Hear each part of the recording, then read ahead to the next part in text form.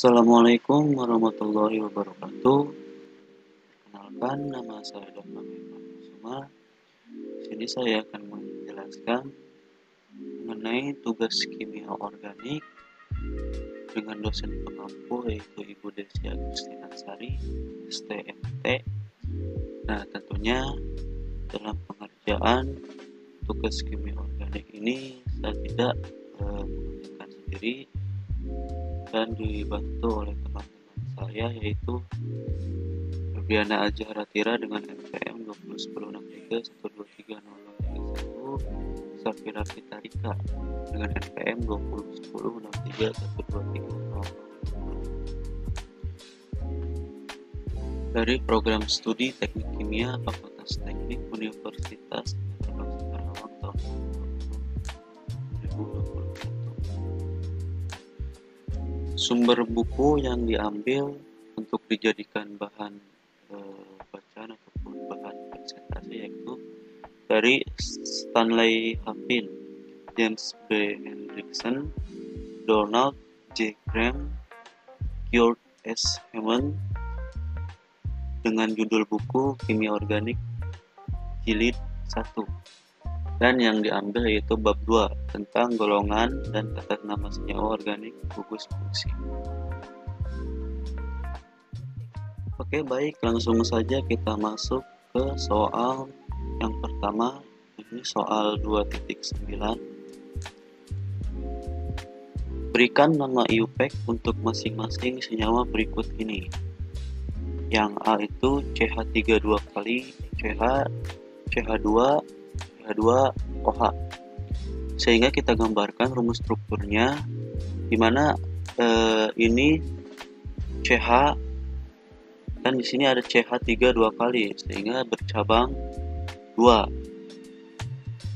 Nah, CH3 di sini cabang 2.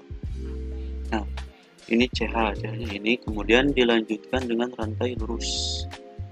CH2, ini CH2 ke sini dan OH. Nah, tata nama senyawanya kita ambil dari kanan. Ini adalah nomor 1, nomor 2, nomor 3. Mengapa demikian? Karena OH dengan cabang-cabang yang ada ini sebagai induk dari struktur senyawa berikut, di mana kita hasilkan namanya yaitu 3-metil butanol. Nah, ini 3-metil butanol sini. Jadi 1, 2, 3, 4 rantainya di nomor 3 dan cabang OH-nya ada di nomor 1, 3-metil 1 butanol. Bisa juga disebut 3-metil buten 1 ol. Oke, kita lanjut ke B-nya, bagian B masih 2.9, dimana strukturnya yaitu CH3, CH2, CH dengan cabang CH2OH atau butanol ini. CH2, CH2C, CH3 2 kali CH2, CH3. Kita gambarkan strukturnya, rantainya, di mana kita ambil dari sini ya CH3, CH2, kemudian sambung lagi CH, di sini CH2 OH, kemudian ada CH2 lagi, CH2 lagi, kemudian C bercabang CH3 2 kali, kemudian CH2, CH3, ini kurang 3, CH3. Nah, kita lihat rantai utamanya yang mau dijadikan induk dari penamaan. Karena di sini ada OH, dan supaya kita bisa mendapatkan gugus utama yaitu alkohol, di sini ada alkohol,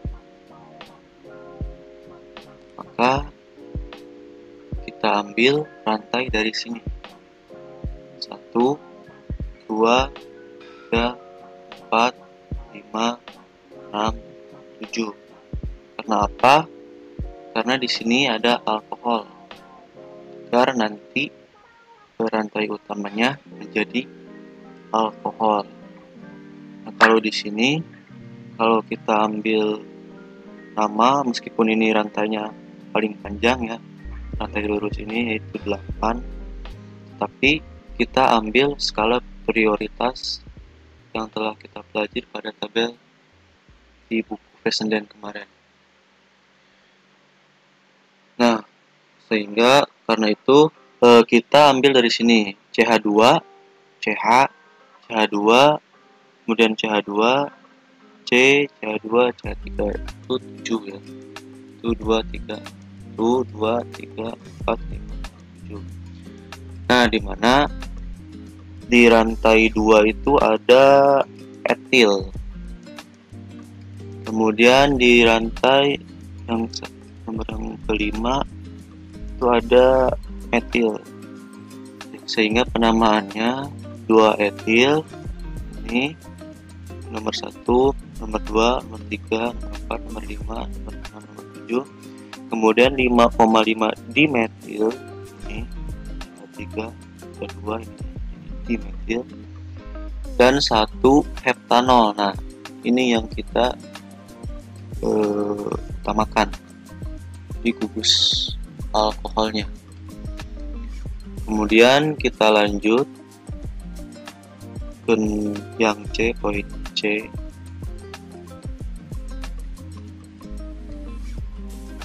Sini ada CH, ini rangkap 3, C, CH2, kemudian CH, ada cabang CH3 di sini, kemudian CH, ada cabang OH, dan ini alkohol lagi, kemudian ada CH3.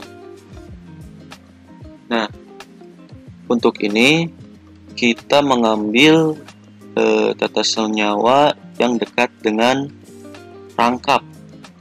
Ini adalah rangkap 3 itu alkuna ya. Ya, alkuna 1, 2, 3, 4, 5, 6. Berarti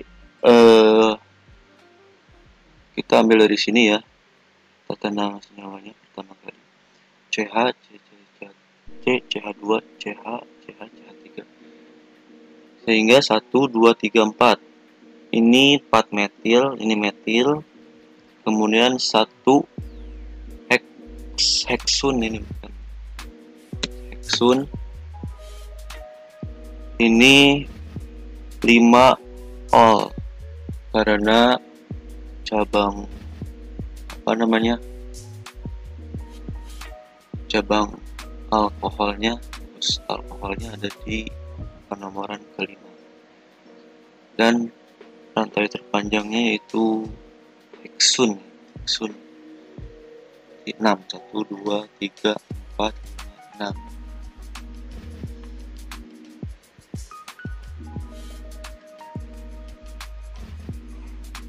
Kemudian lanjut yang nomor D, poin D. Ini ada siklik ya, siklik di mana ini ada cabang OH di sini. Nah, dengan kita memperhatikan rumus struktur ini, yang siklik ini, kita dapat mengetahui bahwa rantai utamanya ada di sini, nomornya di cabang H. Jadi 1, 2, 3, 4, 5, 6. Ini dari sini dengan barunya, sehingga namanya 2 sikloheksen 1 ol. Kenapa heksen? Karena ini rangkap 2. Rangkap 2-nya dimulai pada nomor 2 dan gugus alkoholnya di nomor 1. Jadi 2 sikloheksen 1 ol atau 2 sikloheksenol.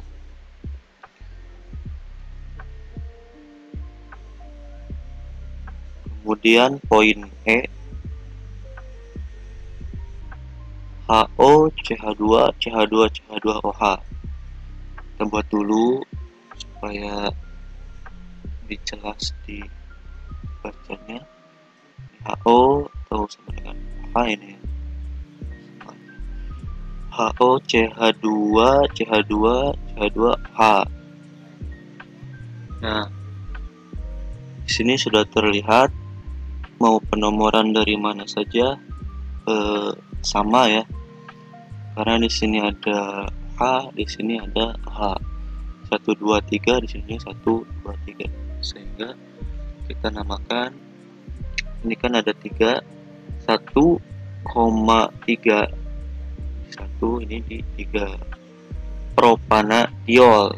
Di ini di itu karena alkoholnya ada 2 rantai alkoholnya. Kalau 1 berarti gak pakai di, cuman ol saja. Ini 3 berarti propanadiol. Kemudian yang F,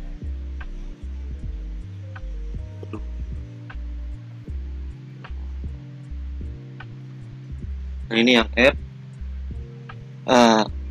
ada turunan benzen ya, ini fenil. Kemudian ini ada rantainya CH3 CHOH, etanol ini ya, etanol. Dimana nama senyawanya dimulai dari penomorannya ini dulu di rantai yang bercabang, karena ini fenil dan tidak ada rantai lainnya, maka otomatis kita dari sini 1 2 3 4 5 6, maka nama senyawanya yaitu 1 fenil 1 etanol, karena tidak ada lagi cabangnya. Fenil 1 etanol atau 1 fenil etanol, bukan benzil ya, bukan benzil. Lanjut ke nomor 2.10. Soalnya poliol gliserol 1,2,3 propanatriol yang merupakan zat penting adalah zat cair kental yang larut dalam air bertitik didih 290 derajat Celcius, sedangkan penyebab sifat fisika tersebut. Sebelumnya saya ingin menjelaskan rumus struktur dari gliserol 1,3 propanatriol. Nah, ini rumus strukturnya, karena propana ada 3 berarti, dan ada triol 3 yang bercabang OH. Nomor 1 terus nomor 2 nya, nomor 3 nya. Ini adalah 1,2,3 propanatriol. Nah, yang pertama itu dari soal ini menanyakan dia adalah zat cair kental yang larut dalam air. Nah, mengapa demikian? Karena gliserol memiliki wujud cair kental namun larut dalam air, dikarenakan gliserol mempunyai nilai viskositas yang tinggi. Nilai viskos yang tinggi yaitu sebesar 1499, kalau dikatakan 1500 pada suhu 20 derajat Celcius. Karena dia wujudnya cair dan alkohol, bersifat alkohol, ini adalah alkohol, maka kenapa ia larut dalam air? Alkohol itu sangat reaktif dengan senyawa air, dan oleh karena itu alkohol bisa larut dalam air. Nah, kemudian yang kedua, kenapa gliserol memiliki titik didih 290 derajat Celcius? Nah, gliserol memiliki titik didih tinggi karena adanya ikatan hidrogen pada senyawa ini yang terbentuk dari ikatan antara unsur O dan H, dimana kalau kita nyatakan semakin banyak rantai yang terbentuk dan semakin banyak pula ikatan hidrogen yang terbentuk, maka titik didih dari senyawa tersebut akan semakin tinggi. Kemudian setelah kita ketahui juga tadi, gliserol adalah termasuk senyawa hidrofilik atau alkohol yang terdiri dari O dan H. Ia larut dalam air karena memiliki titik didih 290 derajat. Kemudian alkohol juga ia reaktif dan bisa bereaksi dengan air. Juga nilai viskosnya tinggi. Kemudian lanjut ke nomor 2.11. Pertanyaannya, berikan penjelasan untuk pengamatan bahwa alkohol berbobot molekul tinggi seperti 1 dekanol dengan titik didih 228 derajat Celcius mempunyai titik didih serupa dengan titik didih hidrokarbon dengan bobot molekul yang bersesuaian, yaitu andekana dengan titik didihnya 196 derajat Celcius. Kita gambarkan dahulu rumus struktur dari 1 dekanol, yaitu C10H21OH. Ini rantainya. Kemudian yang andekana C11H24, dan ini juga rantainya.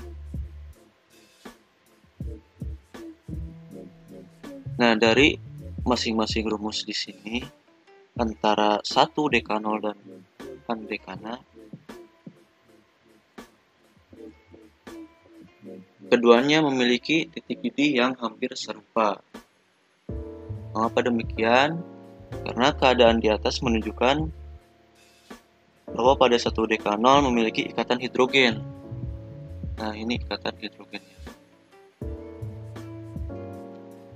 Jika sesuatu senyawa memiliki rantai yang panjang, kan 10, kemudian ditambah lagi ikatan hidrogen, maka titik didihnya akan semakin tinggi.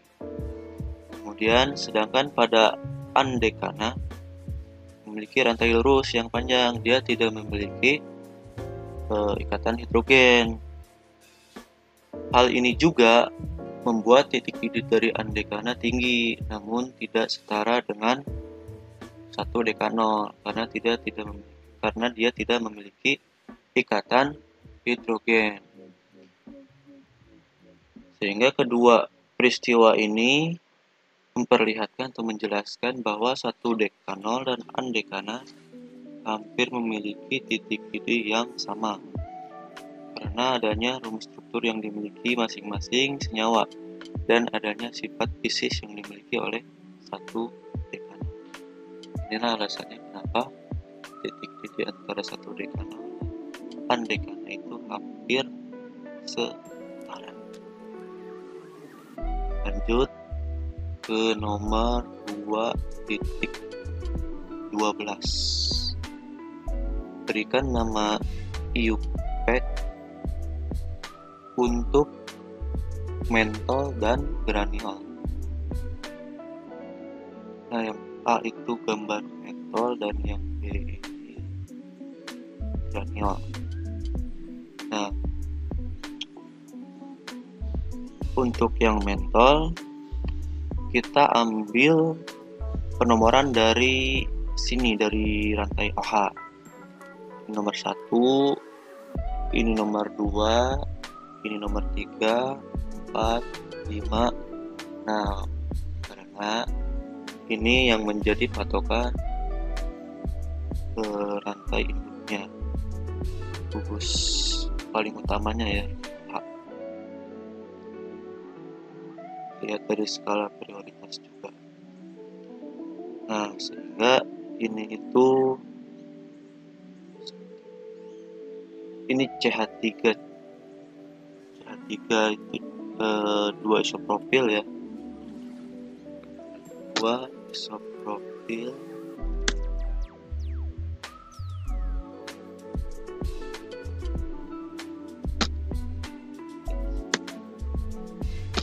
kali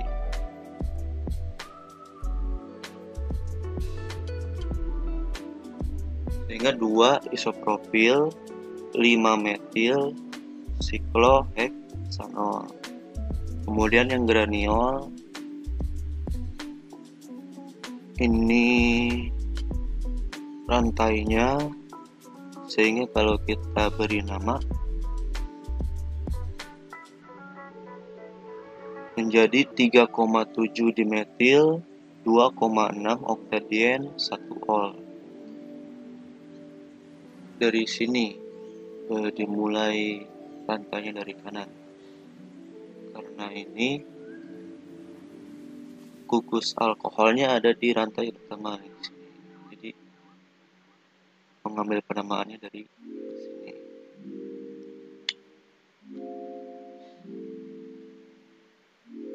CH2 C. Kemudian nah ini itu rangkap 2 ya. Jadi dien dien 1 2 3 4 1 2 3 4 5 6, karena ini adalah cabang. 1 2 3 4 5 6 2,6 oktadien rangkap 2. Dan ini juga cabang, CH3 2 kali.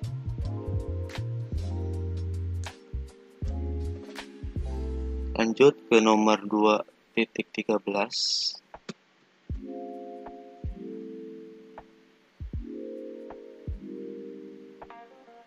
Kesan apakah yang diperoleh dari titik pidih tiol berbobot molekul rendah dalam hal pentingnya ikatan hidrogen dalam senyawa tersebut?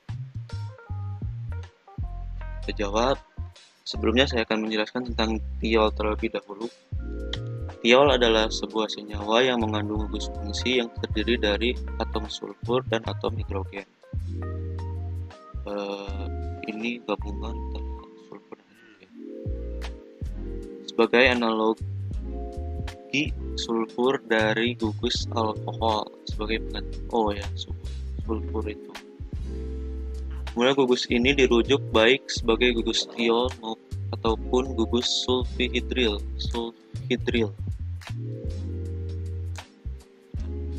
Karena perbedaan elektronegativitas yang rendah antara hidrogen dengan sulfur, ikatan S dan H secara praktis bersifat kovalen non-polar, sehingga ikatan S-H tiol memiliki momen dipol yang lebih rendah dibandingkan dengan ikatan OH alkohol. Tiol tidak menampakkan efek ikatan hidrogen baik terhadap molekul air maupun terhadap dirinya sendiri. Oleh karena itu, tiol memiliki titik pidih yang rendah dan kurang larut dalam air dan pelarut polar lainnya dibandingkan dengan alkohol. Nah, rumus struktur tiol itu R SH ini adalah rantai gabungannya.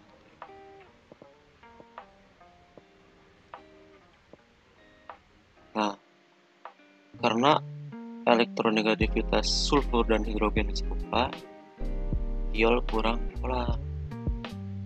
Yang tadi disebutkan itu senyawa kovalen non-polar dan sulit untuk bereaksi dengan senyawa lain. tiol hanya memiliki ikatan hidrogen yang lemah dengan air dan tiol lainnya. Oleh karena itu, tiol memiliki titik lidih yang rendah. Nanti juga dijelaskan. Nah, sulfur dan oksigen berada dalam satu golongan. Yang membedakan adalah nilai momen dipol dan sifat ikatan dengan senyawa lain. Karena sulfur bersifat kovalen nonpolar dan berwujud padat, maka sulfur memerlukan ikatan H di dalam molekulnya untuk memberikan dampak reaktif serta menaikkan titik lidih sedikit demi sedikit.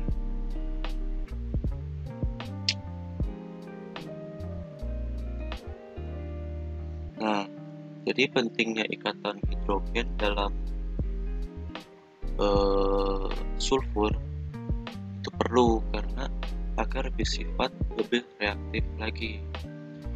Karena dengan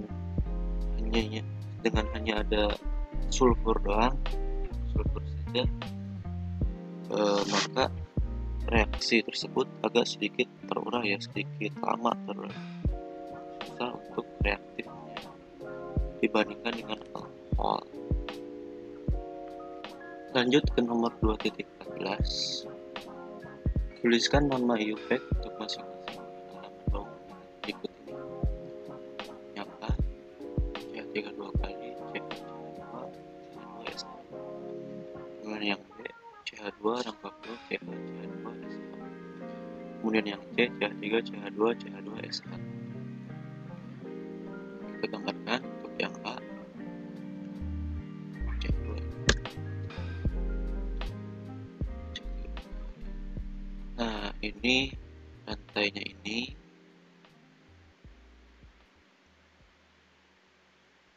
cabangnya ada dua nih, yang ini. Berarti ini ke sini dan ini. Karena ini CH3 2 kali. Kemudian ada gugus SH, gugus tiol di sini. Sehingga kita ambil penomoran dari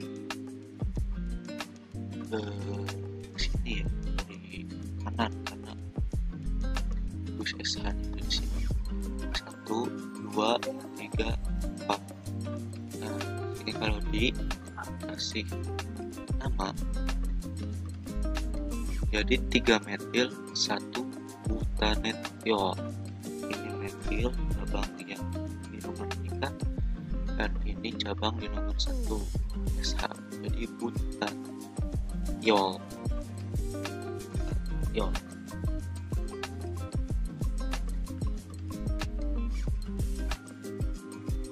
Kemudian yang B, CH2 rangkap 2 CH, CH2SH.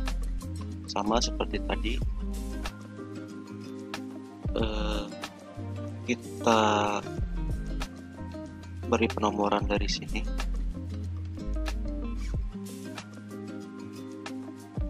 Dari sini. Karena SH ada di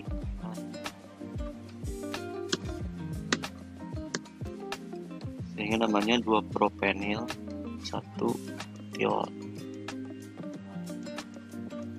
Ini rangkap 2 propen 1 tiol. Kemudian yang terakhir yang C, CH3 CH2 CH2SH. Di sini gambarkan lagi kalau ini sudah lurus, nggak ada cabang-cabang sehingga menjadi propanetiol CH2. Cukup sekian penjelasan dari saya di buku kimia Stanley bab 2 dari nomor 2.9 sampai 2.14. Saya ucapkan terima kasih dan mohon maaf bila ada salah kata ataupun hal-hal yang tidak sesuai, kesalahan jawaban. Wabillahi taufiq wal hidayah. Assalamualaikum